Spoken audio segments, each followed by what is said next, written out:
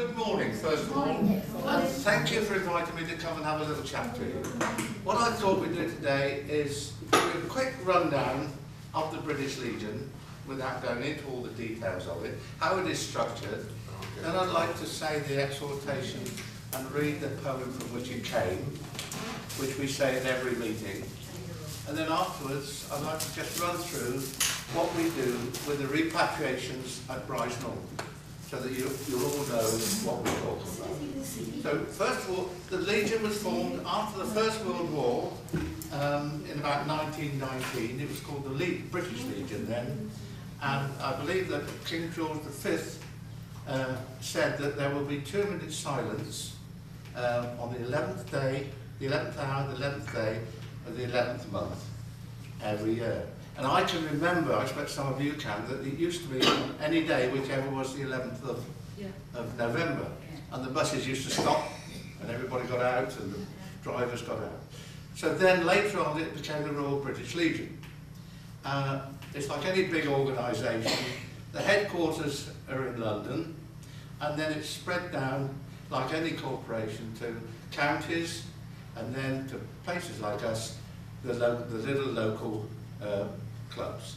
And here in Bampton, we have the setup where we have a committee, which Lynn is a member, who's chairman, but I think she's going to go on to other things, which we'll talk about later.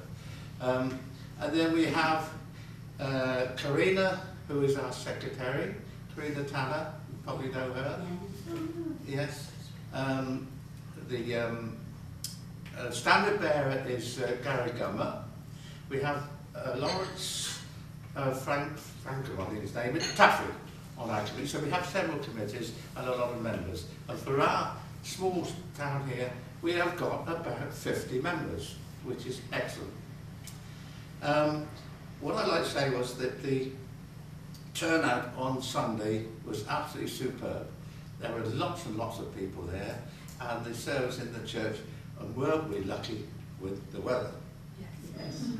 So that's the setup really, just of the British Legion. What I'd like to do now is, we always say, as I said, the exhortation, and it's from a poem. I'll just put the specs on. It's from a poem by Lawrence Binyon. Oh, sorry. I'd like to read the exhortation, and it is from a poem by Lawrence Binyon, written just after the First World War. They went with songs to the battle, they were young. Straight of limb, true of eye, steady and aglow. They were staunch to the end against all the odds uncounted. They fell with their faces to the foe. They shall not grow old, as we that are left grow old. Age shall not wear them, nor the years condemn. At the going down of the sun, and in the morning, we will remember them. And that is, I think, a very nice poem. Right, so what I thought to say now is about the repatriations at Bryce-Norton. I've got a cutting from the paper here, which I think just shows you every one of them that was killed. And they're all named, and Jason Mackey is on here. It's there it is. I'll pass this round to you later if you so wish to have a look at that.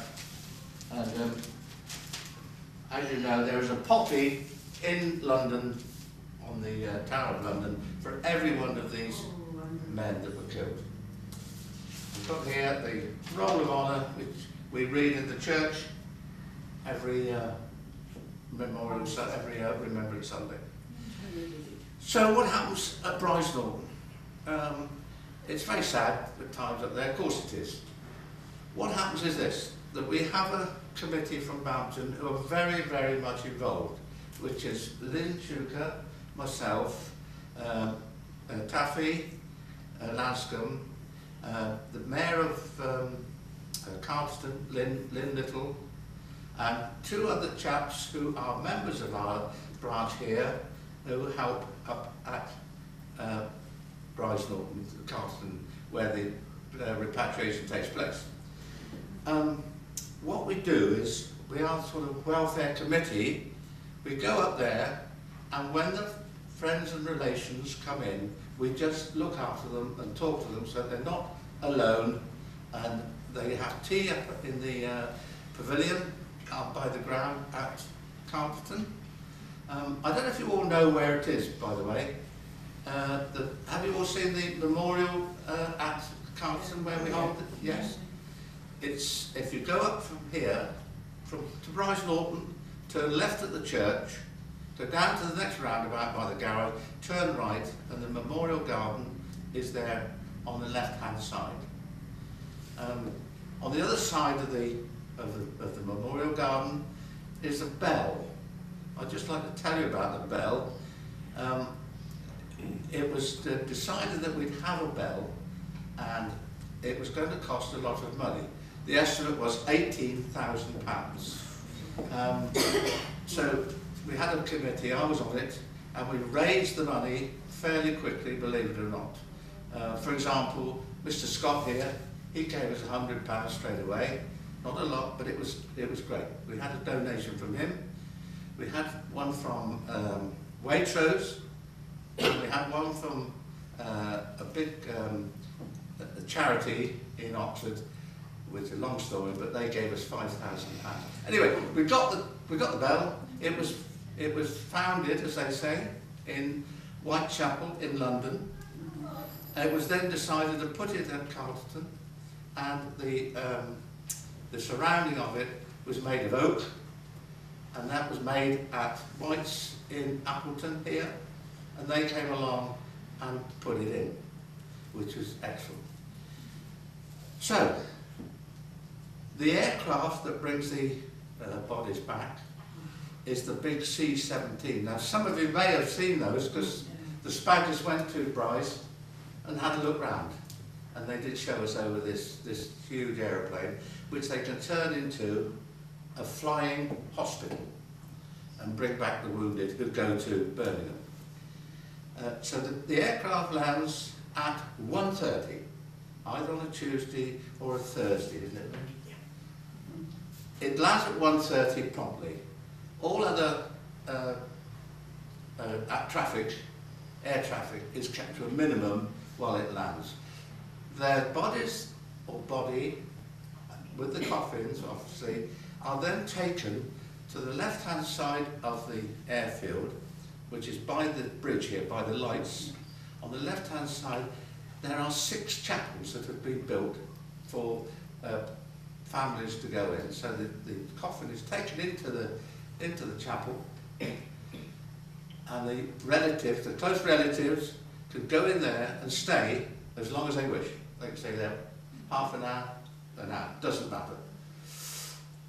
Meanwhile, we will be down at the memorial in Carterton, where we look after the other relatives and friends of the dead that are given cups of tea by the ladies of Carterton, and there's a room there where the relatives can wait. What then happens is that we get up there probably 24 or more standards from British Legion members all over the country who come and pay their respects, and they line up on the other side, on the side of the road by the bell for when the cortege comes through. What then happens is that when they finished in the chapel, the relatives are brought down by car to the memorial garden, where we meet them and escort them out of the car so they don't know what they're doing, so we look after them, take them to the side, and there they can wait until the hearse comes down. In between times, of course, we're still looking after the people up in Carterton. What happens then is that the coffins are loaded into hearses on the base. They always have one spare hearse as well, I don't know if you've noticed it. And they are brought down to the memorial garden, and the road is closed while this is happening, and the coffin, the relations rather, are brought down to the memorial garden where we meet them and then take them to the site. The coffins are loaded and they are brought down later, and they stop just by the garage. As they go into the road, the director of the director of the funeral gets out, walks in front, and that's when we ring the bell. The coffins and the hearses are then stopped, and while the relations can put on the coffin whatever they wish in the way of flowers or so on. The standards are brought down to the dip, and they can wait there for a few minutes, and then they're driven off. And they're driven off to the Radcliffe Infirmary, where they have a post-mortem. And the relations then can then have the bodies buried wherever they wish. Lynn is able to, how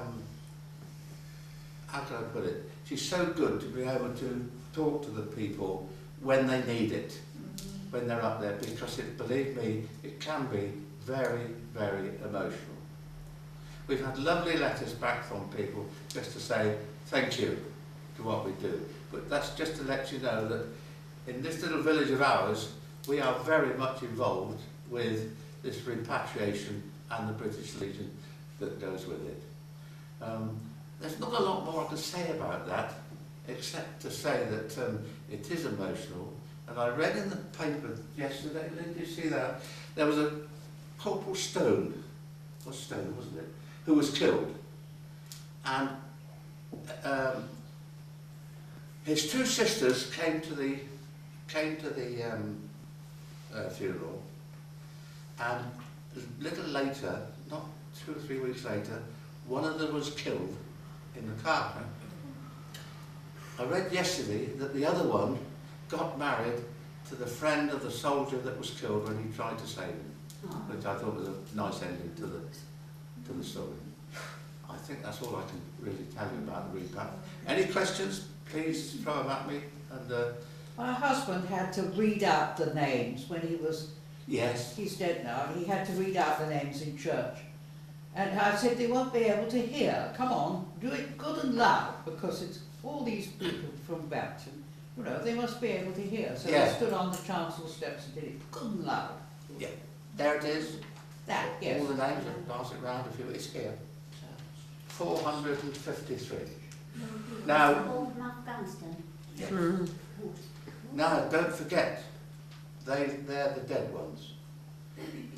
We mustn't forget those that were injured. Probably the ratio 3 or 4, 5 to 1 in that are injured. Limbs gone and so on.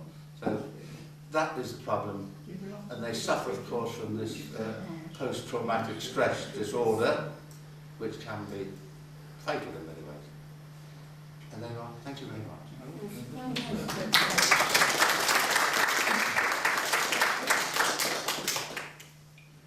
Well, a lot of you will know me. I'm Lynn Shuker. I first became involved with the British Legion properly about 12 years ago. Yvette Brown had been doing the poppy collection in Bampton for over 25 years, and there was nobody to take her place. So I thought, well, I've got nothing to do, ha ha, I'll take her place. So I took over the poppy collection. Yvette had got a really strong team of collectors, which I inherited, and some of those are still going strong 11 years later. It's a lot of work, but I have a great deal of help. And tonight, Dixie, myself and a few others are counting all the money from all the poppy collector tins that have come in, from the street collections, from the boxes that have been in the shops and the surgery and various other places. I have to say one of our best collectors is a young lady sat down here who every year raises more than anybody else. And you got a special commendation this year, didn't you? Oh,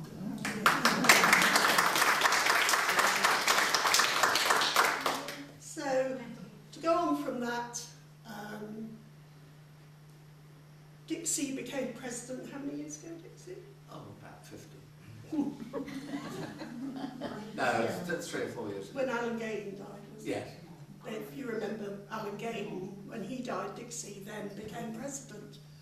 And nobody else really wanted to take on the role of chairman. So again, I said, oh, okay, I'll do it. So I took it on. We've had a very busy few years, haven't we, Dixie? Yes. Especially because of repatriations. It's been harrowing, but your emotions never get the better of you on the day. They probably do the following day. And they certainly do when over the last 2 years, last year Dixie and I went to the Royal Albert Hall for the Festival of Remembrance, and coming down the steps was a granny who died, more or less supported all the way through, her grandson being repatriated, and that was incredibly moving. And the same this year when I saw, I don't know if you watched the Festival of Remembrance this year, they featured a couple whose son had died. We also looked after that family, and the widow with the 2 little children, we looked after her and her family. So it makes it a very personal thing for us. But like Dixie said, you have to remember the other people that have been so badly injured. And on many of those flights home from Afghanistan, they have had to stop off in Birmingham to let the injured go to the hospital there, to Selly Oak. And frequently we had a talk only last year from a gentleman who was in charge of all the administration in Afghanistan. He used to live in Bampton, he doesn't anymore. And he said for every dead soldier, there are 8 soldiers badly wounded, have lost limbs, and various other things. So leading on from that, at our AGM last year, I said I felt, because I'd never been in the services, I've got family connections with the services, I lost an uncle in the First World War. I said I felt it would be nice if the chairman of the British Legion was actually either a serviceman or an ex-serviceman. I just feel in a way it carries more clout. And we have a young family in the village. Tom is a loadmaster in the RAF at Bryce. They bought a house in the village. They intend to stay here. And his wife is an army medic. So Tom is going to take over from me in a week's time. That's if he gets voted in, of course. He was the sergeant on parade on Sunday. I don't know if you were there at parade. Yeah. He was the sergeant who was taking over. Yeah. And like any other organisation, you need the young blood to come through to keep the British Legion going, because it will always be needed. It will always be needed. From that, I have now become a volunteer caseworker for the British Legion. I cover the whole of the South East Midlands.